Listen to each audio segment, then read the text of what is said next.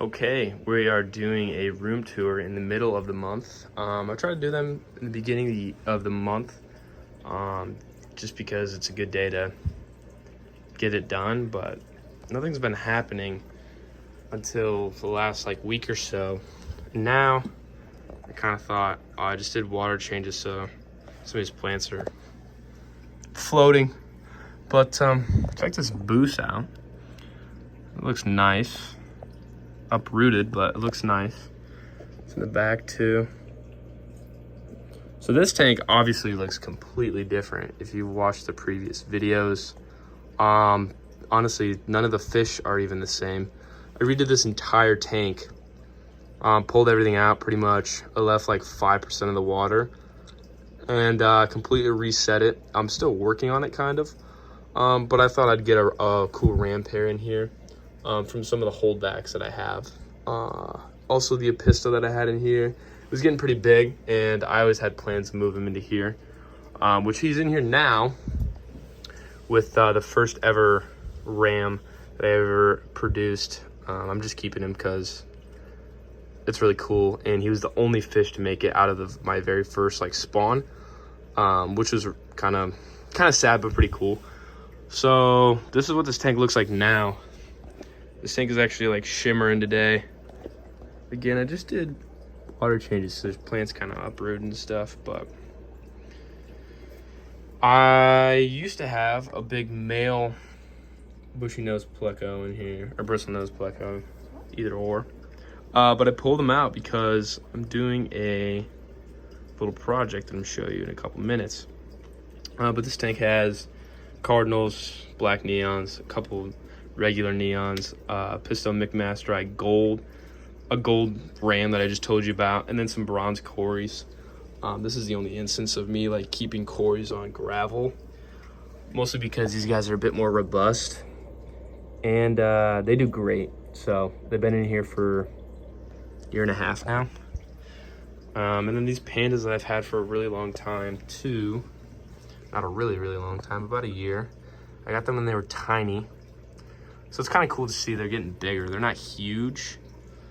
But yeah, the pandas, and I have a ram pair in there, and then this tall tank. Actually, somebody left a comment on one of the videos I did last time saying that the sponge filter was ugly in here. I knew that, but I just hadn't gotten the filter that I wanted to.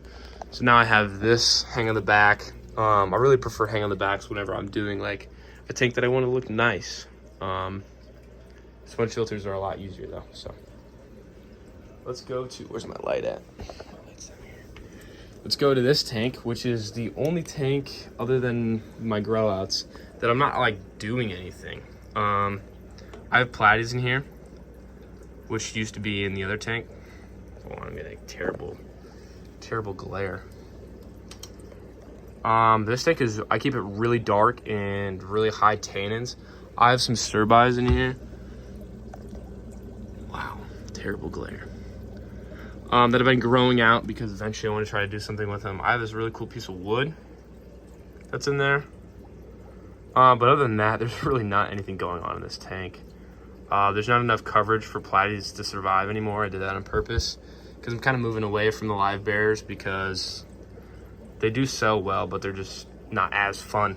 And they take up space. So to move on to this tank, this is my blues, my German blue rams.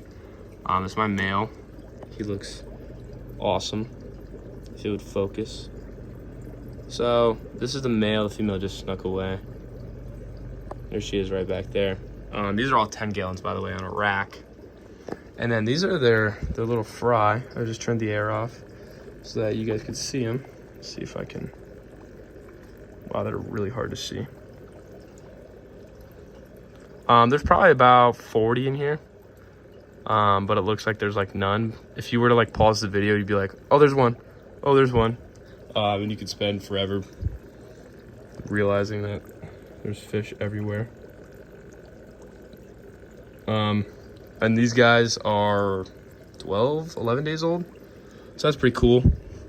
And going over to my favorite fish in the world, specifically this guy. This is my very first black ram I ever got. He's old. And he just got a new pair, so he's kind of getting beat up. His fins are kind of ripped up. It's because his new wife or girlfriend or whatever has been really rough on him. Let's see if I can. She's awesome looking though. Let's see if I can. Here she is. So she's the blackest black ram I have ever had. If my camera would focus, she's basically has no blue on her, which I mean is the target when you're breeding black rams. You want them to be as dark as possible. But these guys got introduced not even a week ago. She's been pretty rough on them. I think they'll be all right. They'll figure it out. And then going down here, I have some of my black and gold rams. I just did a huge water change on this because they require it. I probably have 25, 30 fish, probably 10 blacks, 15 golds, and like 10 blues, roughly. That would be 35. No, it's not. I'm terrible at math. Here's a blue right here. This is an example. They have this cool stripe that makes them stand out when they're in a tank with all these guys. So that's what the blues look like. I actually have one giant male. Yeah, here he is. In here. And he's just way ahead of everybody. He's long. His fins are so long. You can really tell that he's from that male with those really extended fins because he just looks awesome. Although they're gonna get sold, I did just sell about 30 of them. So this is my newest project. I have my original male right there. Don't be surprised if they take off and all of a sudden you can't see anything. And then I have a female back there and another female back there. I was gonna put all three in there, but I didn't want the algae to start to bloom in that other tank. I just kind of keep on top of it. Oh, I forgot. There's a really cool fish in here, and I'll probably not be able to get it on camera, which sucks. But he's a starlight pleco, and he's probably right under there, like he always is. Let's see if I can get him to come out. He's a little bit smaller, so there is a little bit of algae like right here. A little bit of algae, and then obviously on the wood. But this piece of wood has had algae on it for a very long time, so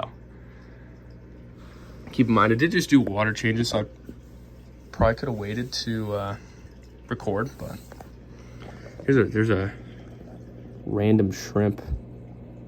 He's gone.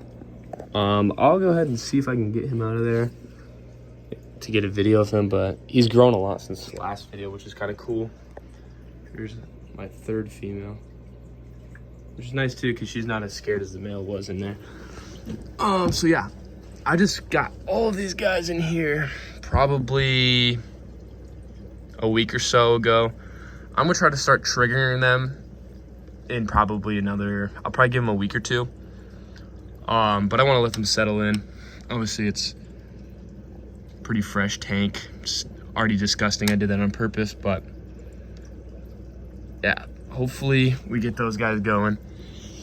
And then coming up to my 5-gallon that I have here,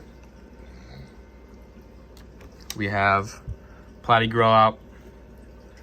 There's some in here that are tiny. And then there's some in here who are not as tiny that somehow I didn't catch out when I just sold a couple days ago. But yeah, this is just a little 5-gallon. I have moss growing on this little stainless steel thing on purpose. This guy's cool. He's like colorless. But yeah, I sell to a local pet fish or local fish store. So eventually I'd like to sell online. This tank is empty, and this tank is empty. This is my quarantine tank. Yeah, it's kind of the overlay of my room. Obviously, I'm cleaning my brown shrimp hatchery, but usually it's right here. Then I have vinegar eels over here. I got all my storage stuff and everything you could imagine in here. It's kind of messy, actually.